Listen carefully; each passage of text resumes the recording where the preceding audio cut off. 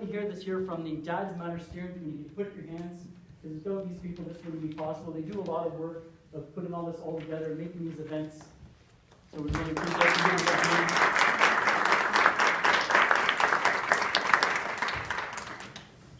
Because there were so many speakers today, we only had an opportunity to go to 2 of them. There's a lot of other things we can learn. If you weren't able to go into one session, but you wanted to get some information from that session, we've asked people to write down their questions on a piece of paper, and we can have a question and answer period here with the people, with the speakers behind us, or we can go out live and ask questions to our speakers. So right now, we'll just have each of the speakers introduce themselves, maybe say what type of, what session they were running, and from there, then we can go to a question and answer period, and then we'll start with a bunch of closing statements after that, and of course, our amazing door prizes. So stick around for some of those. So I'll use this. We'll start over at Ryan here. Good afternoon, everybody. Can everybody hear me? Yes. My name is Ryan Richardson. The company I represent is called MediaSafe. Basically travel from here to Thunder Bay, talking to students, parents, seniors, schools, churches, businesses about staying safe online, about being very careful now about what you say so that it doesn't come back to bite you in years past when you're trying to get a job or when the police are knocking on your door and those kind of things. So those are the kinds of things I talk about, and we talked about in the workshop this morning was how do we keep our kids safe online. I'm actually on double duty today because I'm representing Dads Matter and MediaSafe and also filming today too. So they're keeping me really busy today, but we had a great session this morning and look forward to this panel. Multitasking isn't good for your mental health. I'm Karen Geniak from the Canadian Mental Health Association. Good segue. I was here today to talk about work-life balance and stress. Hi, I'm Ralph Billingsley. I'm a retired psychologist. Was speaking today about love and balance in parenting. Love, life, learning, and balance in parenting. And part of why I did that is being a psychologist, I always felt that the concept or the act or the feelings, all the things that make up love, weren't really talked about in a way that they deserve in the field of psychology, and I think in other fields as well. And love stands not alone, but with others. So I did most of my career at Regional Children's Center, which is Children's Mental Health Center, that I'm now retired from, as I said. So we had an interesting session this morning, and it's good to be here. And with everyone still here, great. Good afternoon. Nice to see you all out today on what's our kind of a first beautiful day of spring. Thanks for taking the time to come out and reflect on your parenting today. I've worked at the university in the social work department the last 10 years or so and worked with children and family before that. But one of the things that I do at the university is place students in different organizations throughout the city and in fact Ontario. And I've often commented on the work that Connections does and this Dads Matters group has done because I see this range. I think that's something that's been missing, workshops that focus on dads and agencies that make dads feel welcome. And this organization has stood out for me in that regard. So whenever I'm asked to help with that, I'm always happy to be part of these events. They asked me, or I mentioned what I thought I could speak on, and they said, well, can you do both? So you gotta be careful. So I was talking about the benefits of nature to children's emotional, physical, spiritual development, and then also on the aspect of resiliency, how you build resiliency in your children. So Karen, now I'm worried because I'm here wearing 3 hats.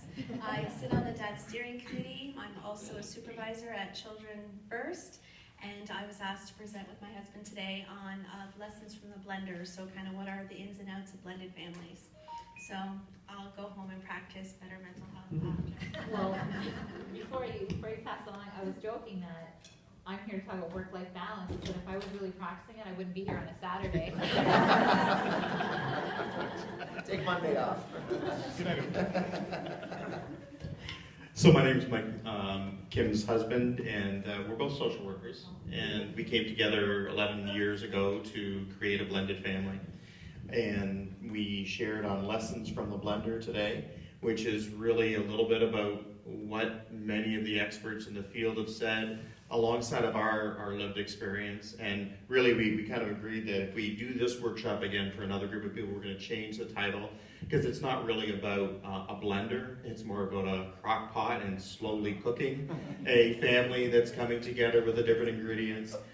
So I'm glad to be here. I love the work of Dads Matter Committee. As a dad of 4 wonderful children, I know how hard it can be, and wish that I had been able to connect with the group when my kids were little, but now they're not so little anymore. Thank you. My name is James Cowper. I'm a dad. This is my second time presenting at a Dads Matter or Parents Matter conference as a principal of an elementary school. I'm a better dad now than I was 5 years ago when I presented the first time, largely in part because I do the job with a partner who helps me become a good parent. I was here today talking about themes from the top 10 themes from the Homeschool Connection. From welcome to the principal's office, to kids say the darndest things, to the report card, and the dreaded parent-teacher interview. We talked about 10 different topics. In large part, though, we talked about, and I say we because I presented with my co-presenter, Carrie Kaufman, a teacher at Kingsville Public School as well. I say that we presented on 10 themes, but really the underlying theme was that we view what happens in a school. Our school is a learning school. We are not a teaching school. We are not a punishing school by any means. We're a learning school, a learning institution where all adults and all children learn together. So we talked on those many themes in an effort to help provide stronger partnerships between home and school. I should always learn to go before James, because I mostly will just follow it up with ditto, but I'm Carrie Kaufman. I'm a grade 7 and 8 teacher at Kingsville Public School, and today shared with James, as he said, the home and school connection, which I believe is invaluable. The work I do with my parents only happens if we both show up and we both build a relationship, and I think that's the best success our kids can have, is when we see it as a partnership.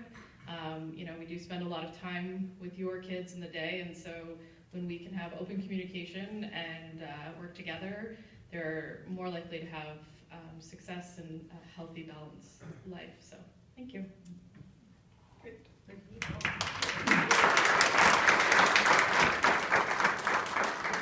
Does anybody have any questions they want to ask live? Or if not, we can go straight to the ones that are written down. Does anybody have any questions they want to ask? No? We'll just go straight to who's here. Go ahead.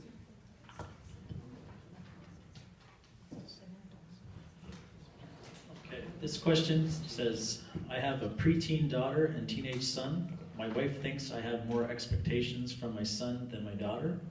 I think my son needs more reminding and coaxing than my daughter, so it seems like I'm harder on him. But I do not agree. How can my wife and I get on the same page? Anybody think they can take this one?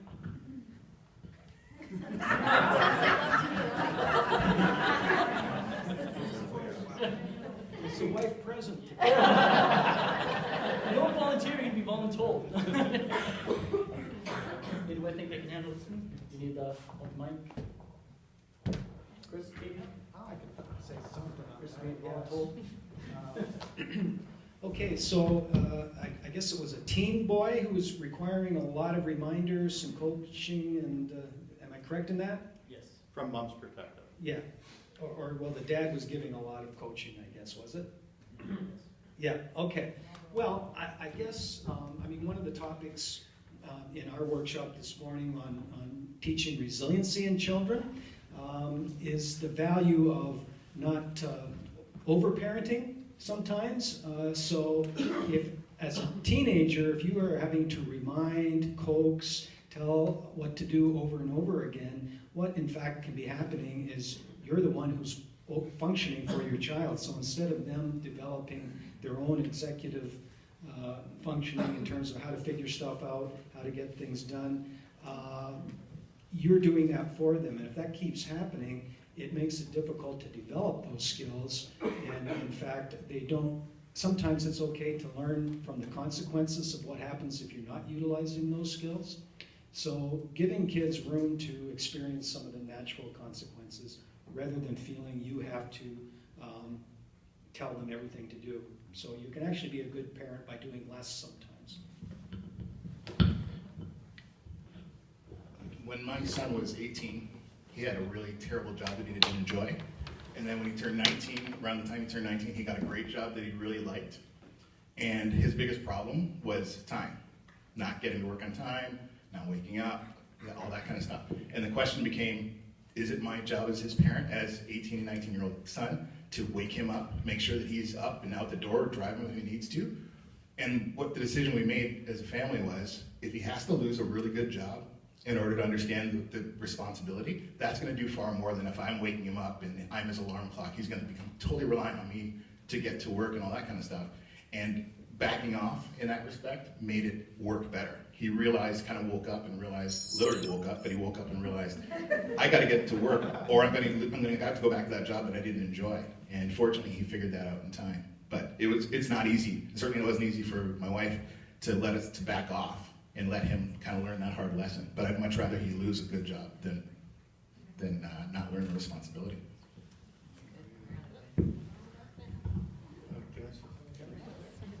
I would approach this, I mean, what's been said makes a lot of sense, but I think myself, I would first see if the parents can come to some agreement here. It sounds like there's some disagreement on A, what they're seeing as a problem, and then B, we don't really know if they both have the same goals in mind.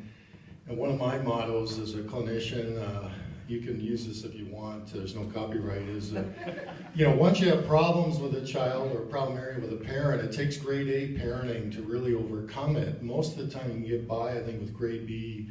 We have some educators here, so I don't know if they like these terms, but B or B+. But when you have a problem, and part of that is being together on your teamwork. So if they can come together, they might work it out themselves.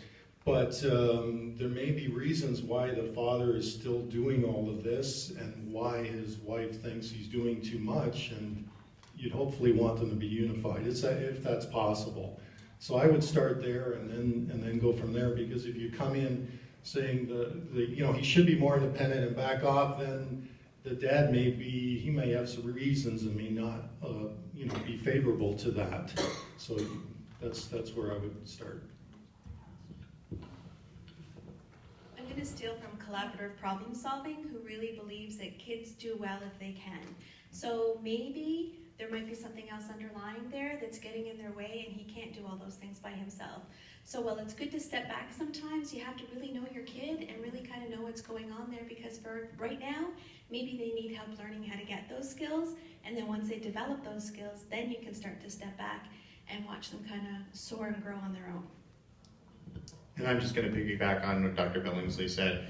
Really, the parents need to get together and take some time alone to themselves and have a conversation about it, as to why one of them feels that they're being harder than they need to be, or what are the issues in behind, and come to that place of what is our shared goal for our son, for our daughter, and how are we going to together get there. In our workshop, we talked about coming to a place of alliance between parents, and everyone in this room knows that if you're not on the same page, they're going to find a way to work that difference. So how to get there, you have to take the time and you have to have the conversation. This was the topic of our lunch conversation, Carrie and I, actually, the concept, like the determining factor that we have witnessed as educators together, even though we've only taught together for 3 years, but the determining factor that we witness as on-the-ground teachers that work with your kids every day is the cohesiveness of the communication and the collaborative problem solving when a student has made some bad choices. So whether or not it's a blended family, a couple that is married, or whether it is two people who have had a change in their lifestyle and they are co-parenting from different homes, The determining factor is if indeed they come together for the child. And when that happens, we see that anything can be conquered, really. And it's not even a